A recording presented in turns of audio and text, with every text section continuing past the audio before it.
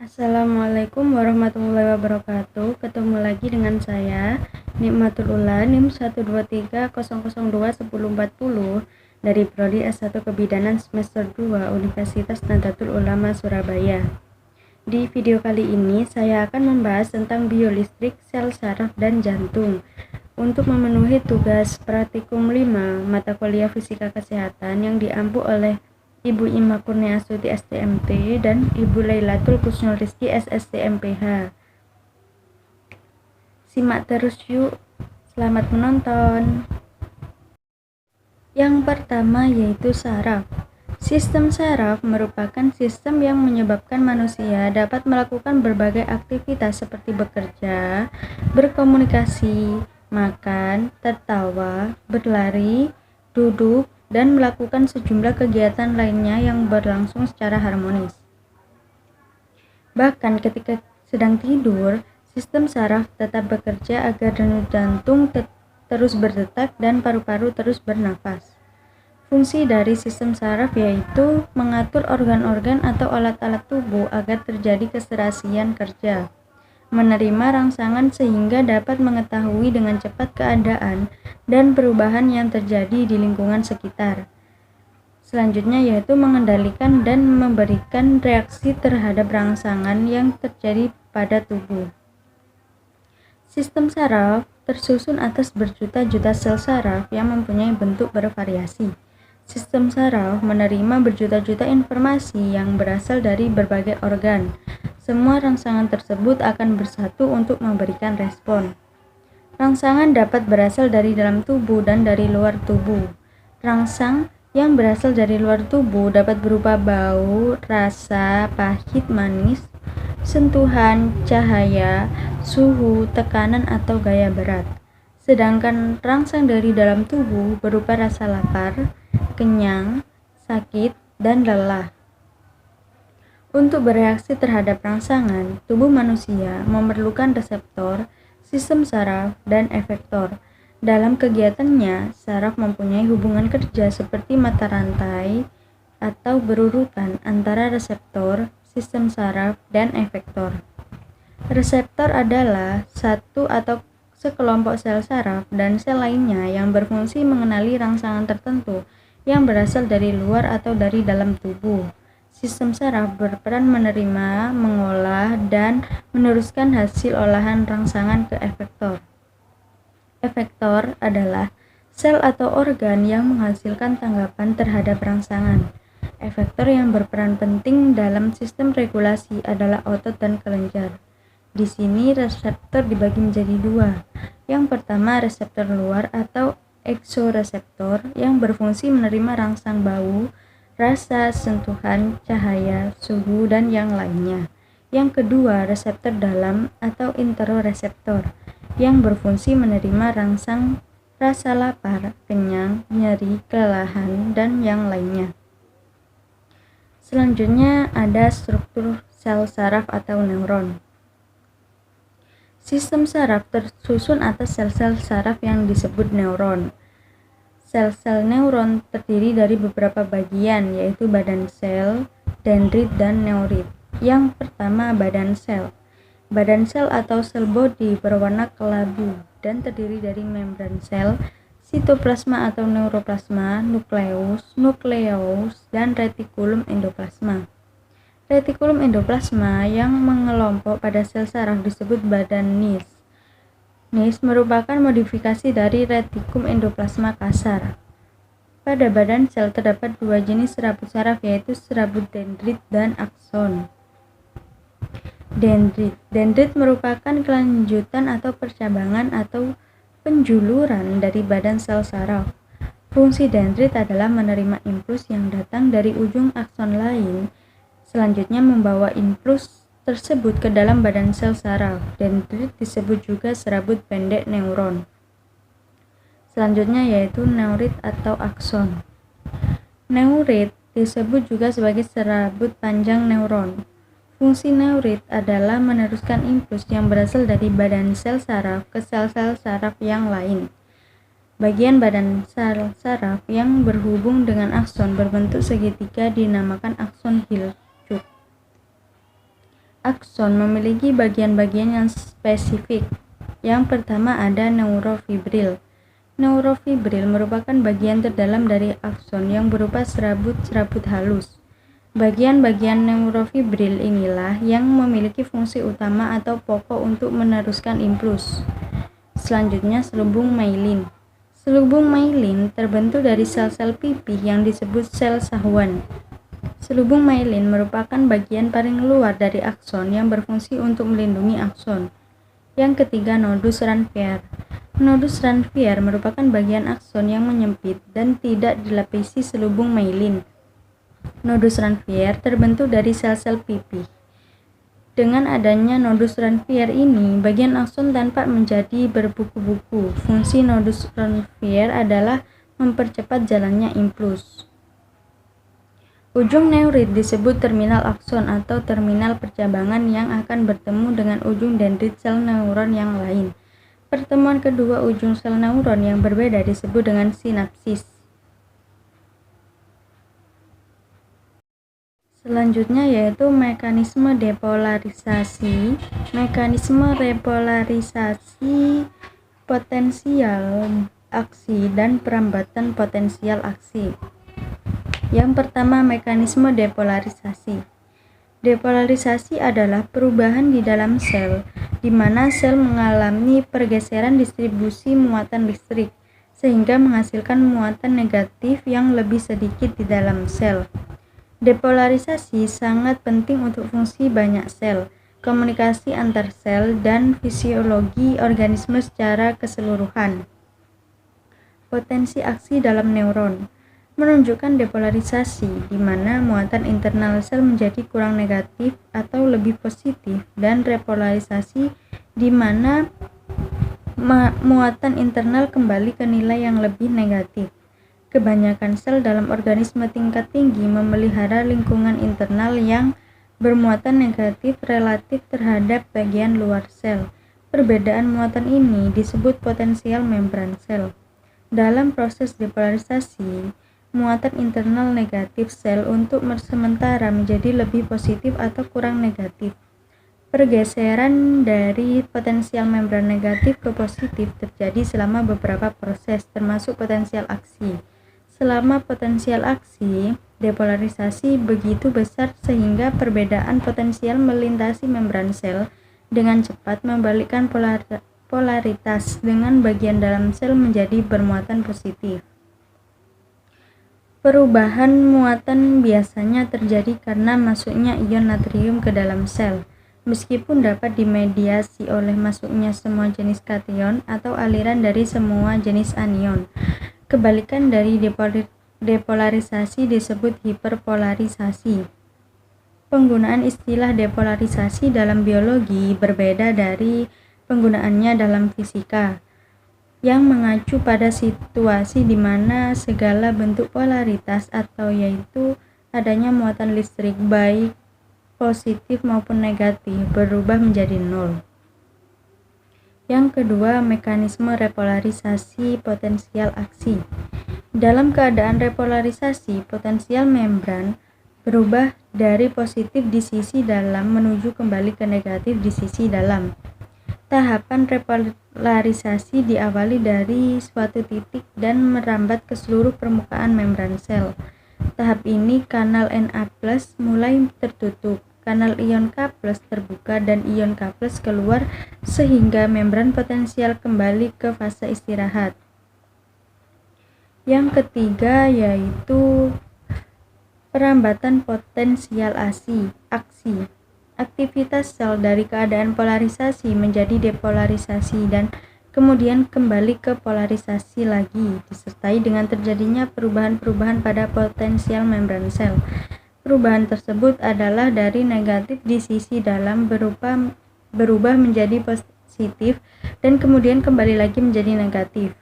Perubahan ini menghasilkan suatu impuls tegangan yang disebut potensial aksi atau action potensial. Potensial aksi dari suatu sel akan dapat memicu aktivitas sel-sel lain yang ada di sekitarnya.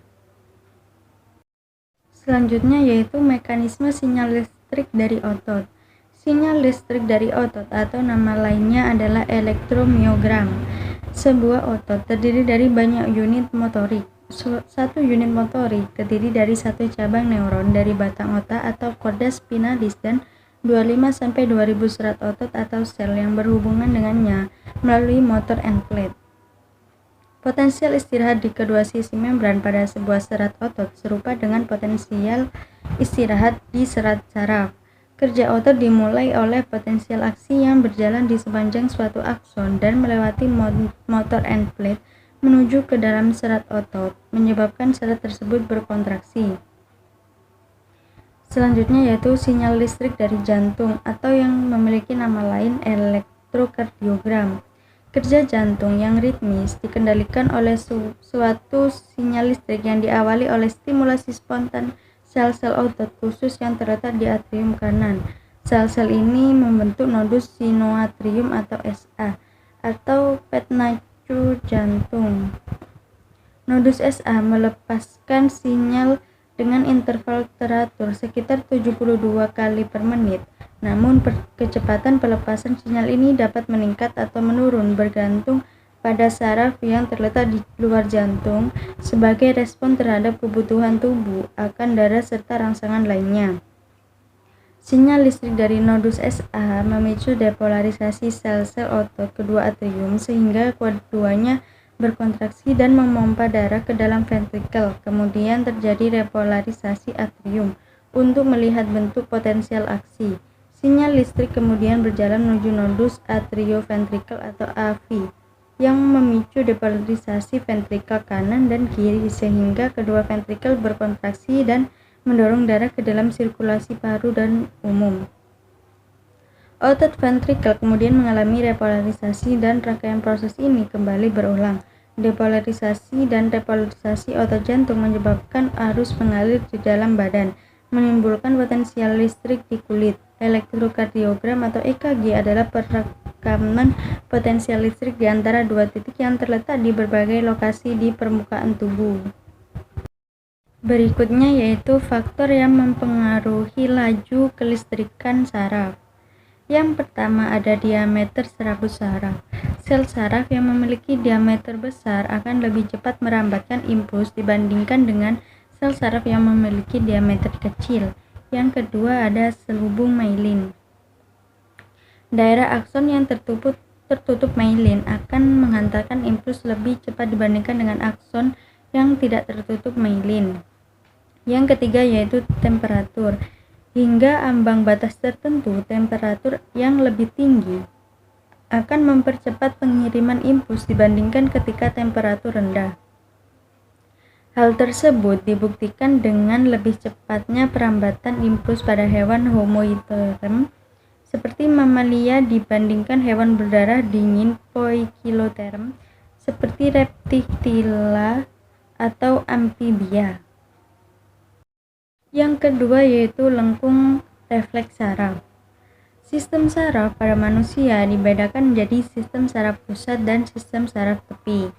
Pada sistem saraf pusat terdiri dari otak dan sumsum tulang belakang yang bertanggung jawab terhadap gerakan tubuh. Gerakan tubuh tersebut terjadi karena proses yang disadari yang disebut juga gerak sadar atau gerakan biasa, sedangkan gerak yang tidak disadari disebut gerak refleks. Alur impuls pada gerakan biasa atau gerak sadar. Reseptor menerima rangsangan lalu diteruskan ke saraf sensorik, lalu dibawa ke saraf pusat atau otak dan sumsum tulang belakang untuk diolah, lalu diterima oleh saraf motorik dan diteruskan oleh efektor dalam bentuk gerak yang disadari. Contoh gerakan sadar antara lain berjalan, olahraga, makan, minum, dan lain sebagainya. Selanjutnya yaitu alur impuls pada gerak refleks.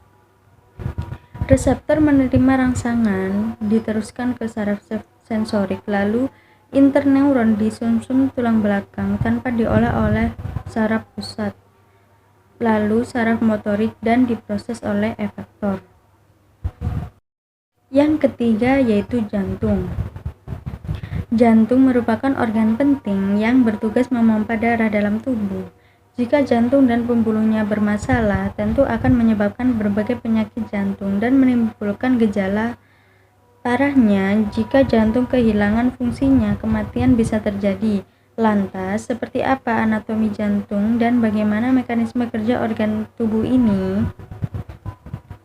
Jantung memiliki ukuran sedikit lebih besar dari kepala tangan, yakni sekitar 200 hingga 425 gram. Jantung terletak antara paru-paru pada bagian tengah dada, pada bagian belakang, dan sedikit ke kiri tulang dada atau sternum. Baik, inilah anatomi jantung. Ada 17. Yang pertama yaitu pulmonal tongue, yaitu pembuluh utama jantung yang berasal dari ventrikel kanan. Yang kedua ada katup pulmonalis, yang berfungsi mengatur aliran darah dari bilik kanan menuju arteri pulmonalis, lalu mengambil oksigen yang dibawa oleh darah ke paru-paru. Yang ketiga ada arteri pulmonalis kanan, pembuluh yang mengangkut darah, oksigen ke paru-paru yang berasal dari ventrikel kanan. Fungsinya membawa darah deoksigenasi atau darah kaya oksigen dari ventrikel kanan jantung ke paru-paru. Yang keempat ada vena pulmonalis kanan, berfungsi membawa oksigen dari paru-paru ke jantung di atrium kiri lalu diedarkan ke seluruh tubuh. Yang kelima ada atrium kanan, fungsinya menerima darah dari seluruh tubuh yang kaya akan karbon dioksida kemudian membawanya ke ventrikel kanan. Yang keenam ada katup tricuspidale, fungsinya mengatur aliran darah yang terletak di antara serambi kanan dan bilik kanan. Yang ketujuh ada ventrikel kanan, merupakan ruang kosong dari 4 ruang di bagian bawah jantung. Fungsinya menerima darah dari atrium kanan dan membawanya ke paru-paru. Yang kedelapan yaitu vena cava inferior, merupakan vena terbesar yang berfungsi membawa darah yang berasal dari tubuh bagian bawah menuju ke atrium bagian kanan jantung. Yang kesembilan yaitu descending aorta, bagian aorta yang membawa darah bersih dan bertanggung jawab dengan organ tubuh bagian bawah. Yang ke-10 ada aorta, merupakan arteri terbesar bersumber dari bilik kiri jantung dan membawa darah beroksigen kepada semua bagian tubuh dalam peredaran sistemik.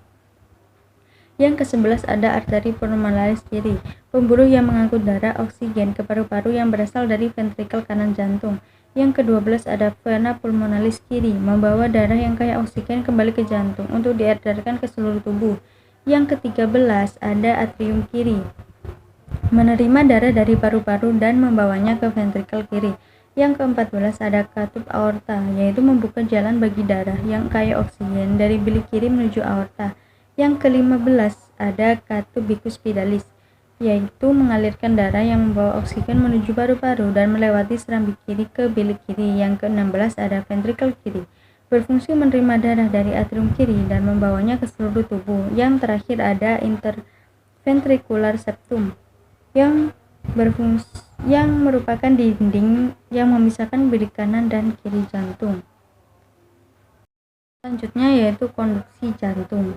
Sistem konduksi jantung mengirimkan sinyal listrik yang umumnya dihasilkan oleh nodus sinoatrial untuk menyebabkan kontraksi otot jantung. Sinyal pacemaker yang diinisiasi di nodus sinoatrial bergerak melalui atrium kanan ke nodus antiventrikular atau AV di sepanjang berkas HIS dan berjalan melalui cabang-cabang berkas untuk menimbulkan kontraksi otot jantung. Sinyal ini pertama kali memberikan stimulus kontraksi dari atrium kanan dan kiri, dan kemudian mengalir ke ventrikel kanan dan kiri. Aliran listrik ini yang kemudian memungkinkan terjadinya proses pemompaan darah ke seluruh tubuh.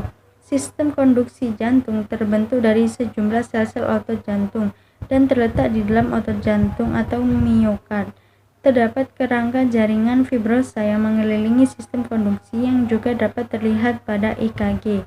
Gangguan fungsi sistem konduksi ini dapat menyebabkan irama jantung yang tidak teratur, cepat maupun lambat. Selanjutnya yaitu perbedaan otot jantung polos dan lurid. Otot jantung bentuk selnya silindris, bagian ujung bercabang 2 atau lebih. Inti selnya berbentuk lonjong panjang, berjumlah 1 di tengah serat. Aktivitas otot jantung yaitu kontraksi cukup kuat, ritmik otomatis, tidak mudah lelah. pengaruh saraf otot jantung yaitu saraf otonom dan otot involunter. Yang kedua yaitu otot polos. Bentuk selnya gelondong. Inti sel berbentuk oval berjumlah 1 di tengah sel. Aktivitasnya yaitu kontraksi lambat, tidak mudah lelah, dan pengaruh saraf pada saraf tak sadar atau otonom dan otot involunter. Yang terakhir yaitu otot rangka atau lurik. Bentuk selnya silindris panjang, inti sel berbentuk lonjong berjumlah banyak di pinggir serat. Aktivitasnya kontraksi cepat, kuat, mudah lelah, dan yang terakhir pengaruh saraf sadar, otot volunter. Sekian pembahasan dari saya. Semoga bermanfaat. Maaf jika ada salah kata dan sampai jumpa pada video praktikum selanjutnya. Wassalamualaikum warahmatullahi wabarakatuh.